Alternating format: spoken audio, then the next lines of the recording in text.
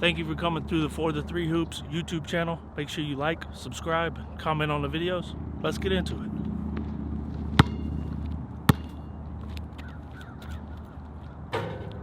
What's going on, everybody? Welcome back to For the Three Hoops. I got a little different piece of content I want to share with y'all today. I've been putting this on pause for too long, and I just need to stop being lazy and get it done.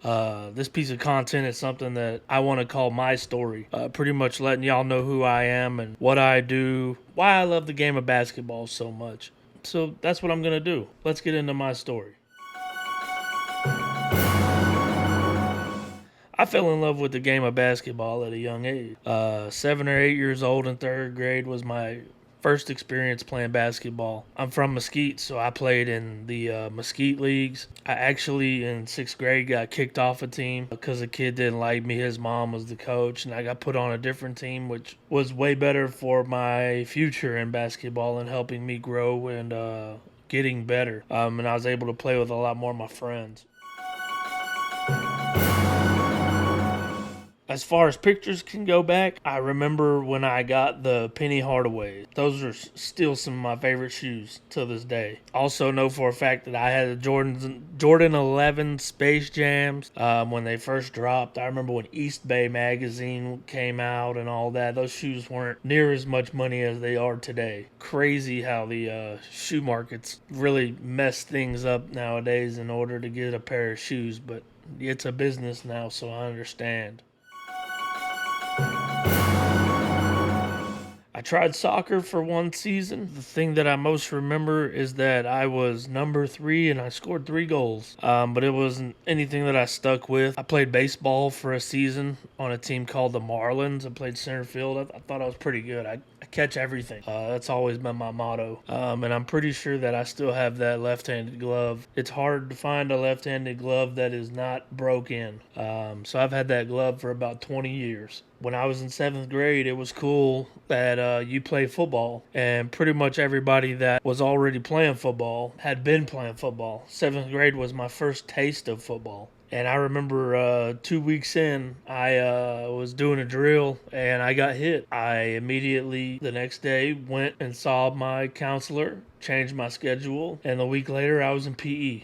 Football was not for me at all. I don't think football would ever be for me. It takes some brains and it doesn't take brains. It takes some toughness to do that. I wasn't that tough. Those kids have been playing football since Pee Wee, and it just was not for me. Like I always say on Twitter and stuff like that, I'm a really good shooter. I've always been a really good shooter. God blessed me with a jump shot. I didn't really have anyone that ever told me how to shoot or taught me how to shoot. I just did it. I feel like it got better after high school. I don't know why. I feel like my game got better after high school. Maybe because my high school coach used to tell me if I drove the ball in, he was gonna pull me out the game. You know, it goes back to my senior year when we played Terrell High School. We were down. We were running a full court press. I got a steal in the middle of the court, go down. I'm on a breakaway. No one beside me. And I throw that basketball off the backboard. I blew it. Blew the layup. Blew a free layup. We then somehow tied the game, and it came down to one last shot, and they were running it for me. And I remember one of my teammates in the huddle, when we were in the huddle before the play, he punched me on my chest and said, "If you don't make this, I'm going to beat your ass." And I said, "Well, I better make it." And so I came off a double screen, and I hit a three-pointer from about 25 feet out to win the game against Terrell. I think that you should really understand how blessed you are these days to have every outlet and have every skills trainer that you do these days, people to help you get better, coaches that will open the gym up for you at a minute's notice. Coaches really are looking out for players nowadays, and I think you should use every outlet you have and be appreciative of that. I graduated from Poti High School in 2006. My year, only 3 teams went to the playoffs. We lost in overtime to Red Oak, and we missed the playoffs that year, which was my senior year. I mean, I understand when you're a senior and you miss the playoffs, it's your last game Man, there's a lot of hurt in that. So I understand that part. Moving on, I didn't play in college. I think I had a chance to play. I should have tried out. I went to Collin County. I had a buddy that played there. He thought I had a really good chance at making the team. But the day of tryouts, I decided to take a nap, and I didn't go. Sometimes this is how life works out. I think it was a mistake. I probably should have gone. But that's just how it worked out. I wish that I could say the basketball stuff was a full-time job, but it's not at this point. I really try to stay consistent on the weekends, and during the week when school is in session, I try to make it out to as many games as I can. I am a general manager at a place called The Great Outdoors. I've been working there for 13 years. I work a lot, so you might see me show up to a gym in my work clothes sometimes. I really love this basketball stuff, and it is a huge grind. I never thought I'd really love this part as much as I do, but I really love it. I like making these videos. I like watching games. It keeps me in the game that I love. Just gotta grind it out. So I started getting back into high school basketball a lot when Plano West, the state championship team that they had, Tyler Davis, Mickey Mitchell, DJ Hogue, Avery Johnson, Soso Jamabo, all those guys. I went to a lot of games back then. And in 2017, I love YouTube. Watch videos all the time. I watch content all the time, And I always thought about doing vlogs and stuff. And I ended up buying a camera and started filming. I didn't immediately get into basketball. I started filming vlogs. One of my first vlogs I remember was when I was going to Oklahoma City with my dad for one of my nephew's baseball tournaments. And it was just a good time to break it out and get some video time in. And I ended up making 3 or 4 vlogs while I was there. By this time, I was doing Twitter stuff. I would get on Twitter and do like play-by-plays. Like tell you what the score is after every quarter, tell you who's doing good, stuff like that. And as I started doing more, started seeing people filming games.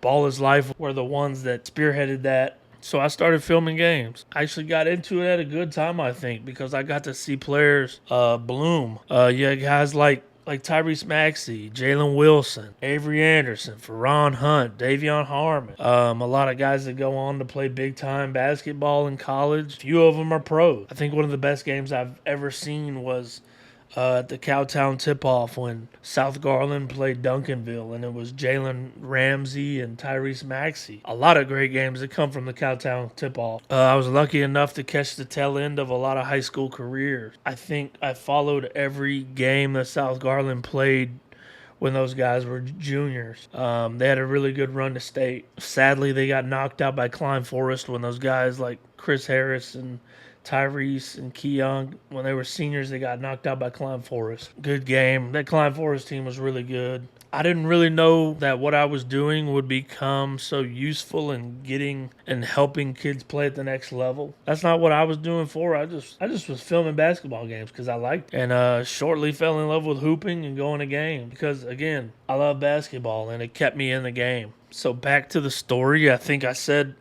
I really didn't understand Twitter, but I started to understand that Twitter feeds off your interests. I never understood that.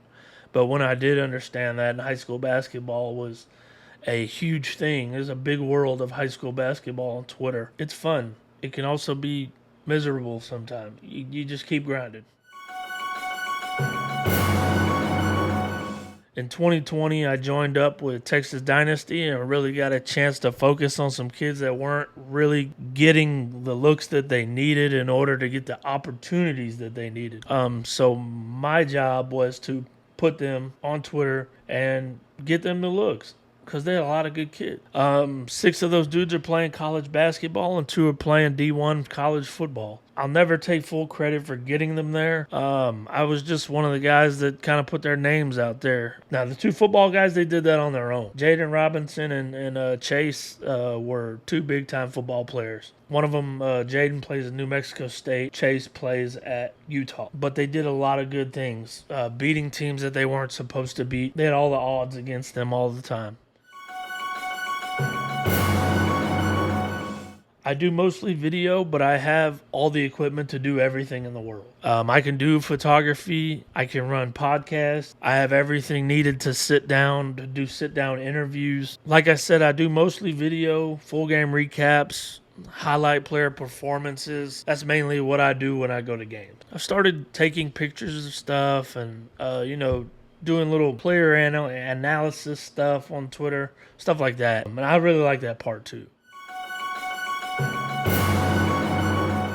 One thing I will say is the media stuff has opened me up into knowing the coaches of every school I go to. I'm at a lot of schools every year, so I like to be very respectful wherever I go. I will always reach out to the coach the before the game or the day of. Hey coach, my name is so and so. I'm coming to your game on whatever date. I never want to show up unannounced and think I'm just gonna get in because I don't feel like coaches appreciate that. Again, I'm just a small person in a big pond, or small fish in a big pond, whatever you want to call it. Respect works both ways. I'm always there to work, and nowadays they do appreciate people coming out and covering their games. So if you watch this and you're a media person, always reach out to the coaches whose gym you're going to because they'll appreciate that a lot. I started back on Twitter and I had 178 followers. I'm now about to hit 10,000. That is absolutely crazy to me, and I appreciate everything. It's an absolute blessing that I'll never take for granted. I still love doing this stuff. I love helping kids make their dreams come true. It really does give you some type of fulfillment whenever a parent or kid reaches out to you and thanks you. It's great to hear. And again, thank y'all. The last thing I want to say again is I appreciate everyone that I have had the chance to talk to and been able to meet through this whole thing. I really just wanted to make this video to share my experiences. Thank y'all for tuning into this. If you see me at a game, don't be scared to walk up to me and